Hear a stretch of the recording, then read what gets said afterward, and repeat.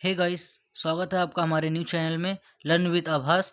तो आज मैं आपको इम्पॉर्टेंट टॉपिक बताऊंगा मैथ्स 4 के, जो कि आपके AKTU सेमेस्टर एग्जाम में बहुत ही ज़्यादा इंपॉर्टेंट है। और अगर आप ये टॉपिक करके चले जाओगे तो आप आराम से पास हो जाओगे। ठीक है, तो यूनिट 1 से मैं आपको टॉपिक्स बता रहा हूँ।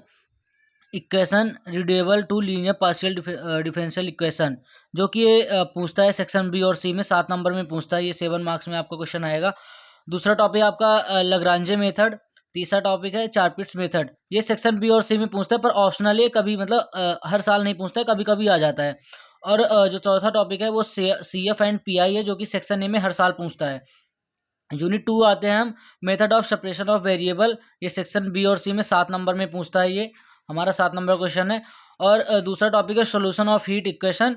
तीसरा टॉपिक है हमारा सोल्यूशन ऑफ वेव इक्वेशन। ये इसमें इन दोनों टॉपिक से सेक्शन ए से भी हमारे क्वेश्चन आते हैं। इससे सेक्शन ए से ही क्वेश्चन आते हैं। ऑप्शनल होता है कि सेक्शन बी और सी में ये क्वेश्चन आ जाए, तो सेक्शन ए के लिए ये क्वेश्चन तैयार करके आप चले जाना।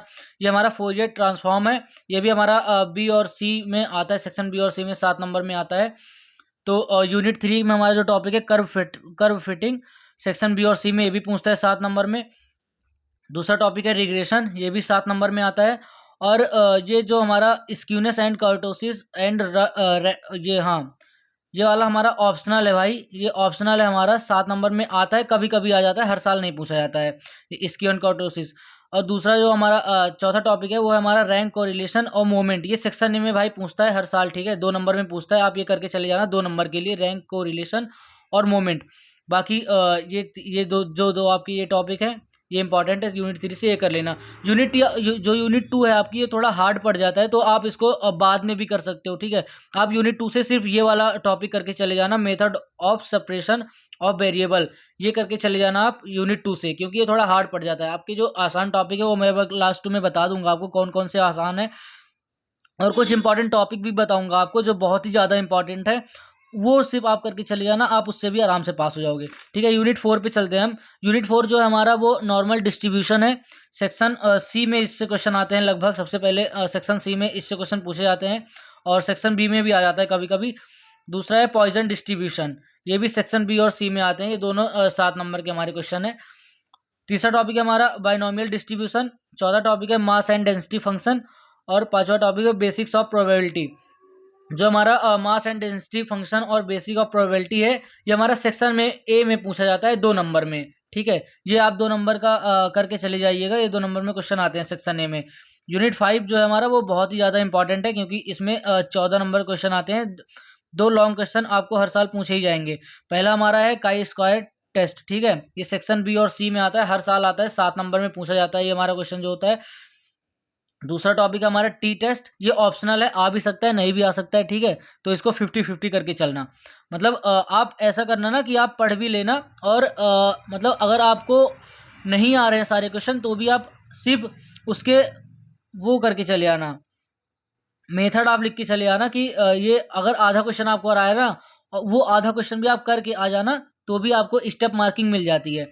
तीसरा टॉपिक है हमारा P and N P chart. ये हमारा सेक्शन बी और सी में आता है, ये भी पूछा जाता है 7 नंबर में।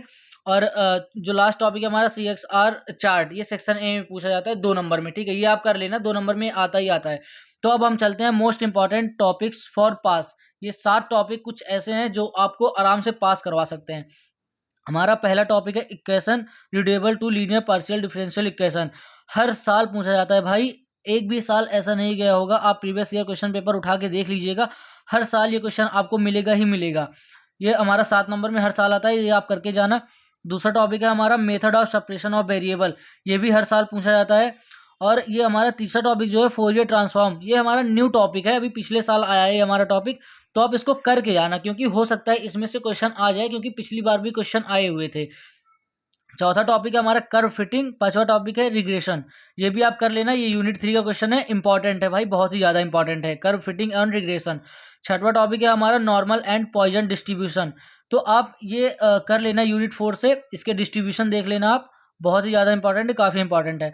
7 टॉपिक है हमारा chi square test, P and N P chart. ये आप कर लेना।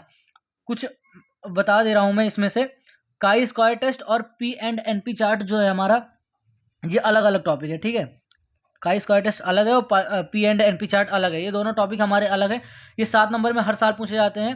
काई square test, P and NP chart, इसके मैक्सिमम प्रोबेबिलिटी होती है कि सेक्शन सी में इसके क्वेश्चन आएंगे, क्योंकि सेक्शन सी में आपको क्वेश्चन नंबर 5 और क्वेश्चन नंबर 7 इनमें से ऑप्शनल में ये दोनों क्वेश्चन आपको देखने को मिलेंगे ही मिलेंगे। तो आपको अगर इसमें से भी कुछ टॉपिक करने हैं, पहला ये कर लेना आप, दूसरा पी एंड एनपी चार्ट कर लेना, तीसरा आप कर्व फिटिंग करके चले जाना, ठीक है। और हमारा चौथा जो टॉपिक आता है वो है हमारा method of separation of variable. ये तो आपको करने ही करने, मैं आपको प्रायोरिटी वाइज बता दे रहा हूँ। और ये हमारा पहला हो गया, दूसरा chi square test and P N P chart हो गया, दूसरे पे ये हो गया, तीसरे पे कर्व फिटिंग हो गया, चौथे पे हमारा मेथड ऑफ सेपरेशन वेरिएबल हो गया, पांचवें पे आपका आता है रिग्रेशन, 6 नंबर पे आता है आपका नॉर्मल एंड पॉइजन डिस्ट्रीब्यूशन, ठीक है। ये आप करके ही जाना है आपको। फोरियर ट्रांसफॉर्म आप एक बार को छोड़ भी देना, वैसे नया टॉपिक है तो 100% प्रोबेबिलिटी है कि क्वेश्चन आ जाएगा, पर अगर आप नहीं करना चाहते हो तो मत करिएगा।